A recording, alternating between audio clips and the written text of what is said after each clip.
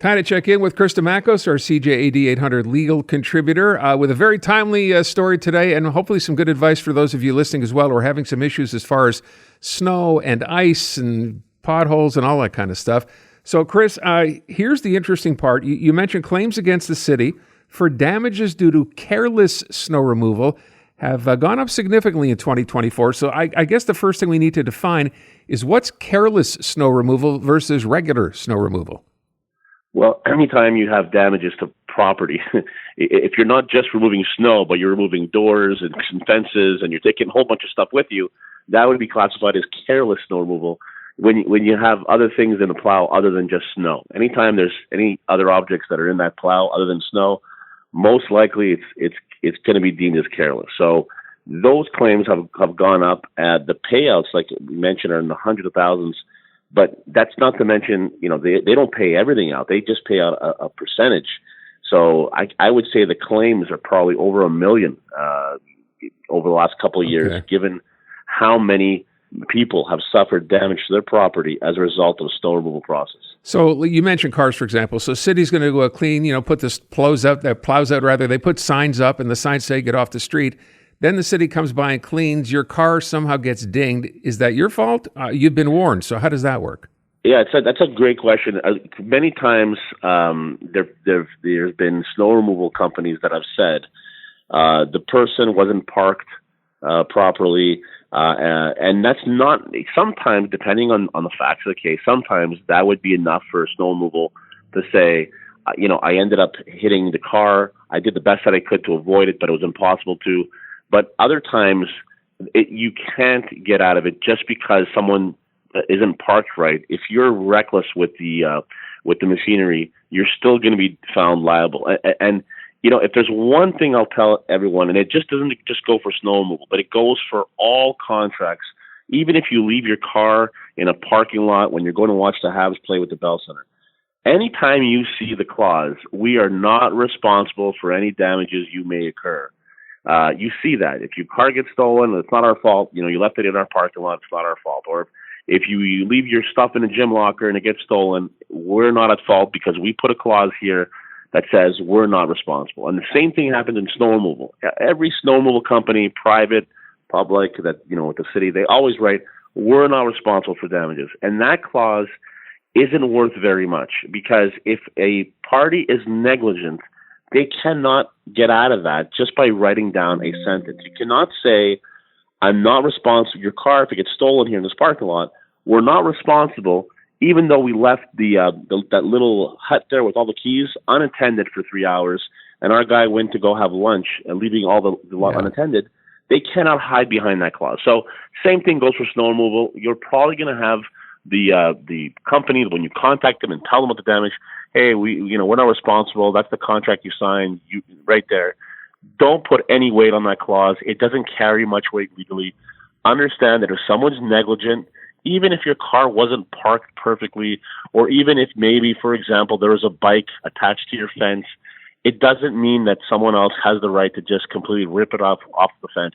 They have to be diligent when they're doing their work, and they have to be careful. All right, so let's say you're one of those people and it happens to you, whether it's a piece of property, your car, whatever. What's your next step? So if we take the city of Montreal, for example, it's online, it's very quick, it's really clear. If you wake up in the morning and you see that, let's just take your fence post has been completely mangled by one of these sidewalk plows, well, then the first thing you got to do is take pictures right away. And then you got to file a claim with the city. Usually the delays they have are 15 days. Some cities, municipalities have like longer delays, but 15 is the norm. And you want to file that claim with the city as soon as possible. Have pictures, include the date and time when you saw it. That can allow them to pinpoint which company, if any, or was it a city employee? Was it an entrepreneur they contracted with? And that'll get you further along. Eventually, someone's going to give you an answer as to whether or not they're going to pay for the repairs or do the repairs. It's either going to be a yes or a no. If it's a yes, well, then you have to agree on the amount, that it's fair. And if so, great. And if it's a no, well, then the next step would be to go to small claims court and get your money back there. And believe it or not, the success rate is pretty high for citizens who have refused to take no for an answer and gone ahead and filed a claim in small claims court. It takes long. I'm not going to say no. It could take up to a year. Yes, it takes time out of your day, but you end up getting what's rightfully yours, which is the compensation that you deserve. So 2 questions. Number one, you said, you go to the city's website, which is pretty efficient. Let's say it was a private contractor, someone, and not the city itself. They would let you know that? Right. Yeah. And not only would they let you know that, they would actually forward the claim to the private contractors. And, the thing about private contractors is the majority of the claims are against private contractors through the city, the one the city's hired. And what they want to do is they want to have retention. They want to get that contract again next year when it's up for bidding. So it's not like they're just going to, they shouldn't anyways. They shouldn't just disregard it. If they want to stay in the running for that bid next year or the year after, whenever the contract's up, they usually take the time to deal with the claim. All right. So now, beyond property damage, what about in a situation where, let's say, you slip on a sidewalk that hasn't been properly salted or cleaned by the city at all? Then what do? Same process, go back to the city? Yeah, and this is a little bit different because the delay here is much longer. You have up until 3 years when it comes to physical injury. And the thing with the city, if I look back 30 or 40 years, it was pretty hard to get the city on the hook for a sidewalk that wasn't salted in time. But with all of the technology they have today, with the GPS tracking and all the equipment and the budget that they have today, the budget for snow removal is immense. The courts have not been so forgiving with the city. So, we used to talk about 3 weeks or 2 weeks or 1 week, or now I can tell you it could be just a day or two. If the city doesn't salt or clear a sidewalk that's on their route that's supposed to get done, usually within the day or two, well, then the city runs the risk of being found to be negligent. So I could tell you that the icy sidewalk claims and slip claims, those are up a lot, and the courts are being a lot more strict when it comes to the city being able to prove that they did everything they could to keep that sidewalk clear. So the last question would be, in case of a personal injury, now the equivalent of getting, I guess, a picture of your car being damaged, you need a doctor's note. What do you need to prove that you were injured?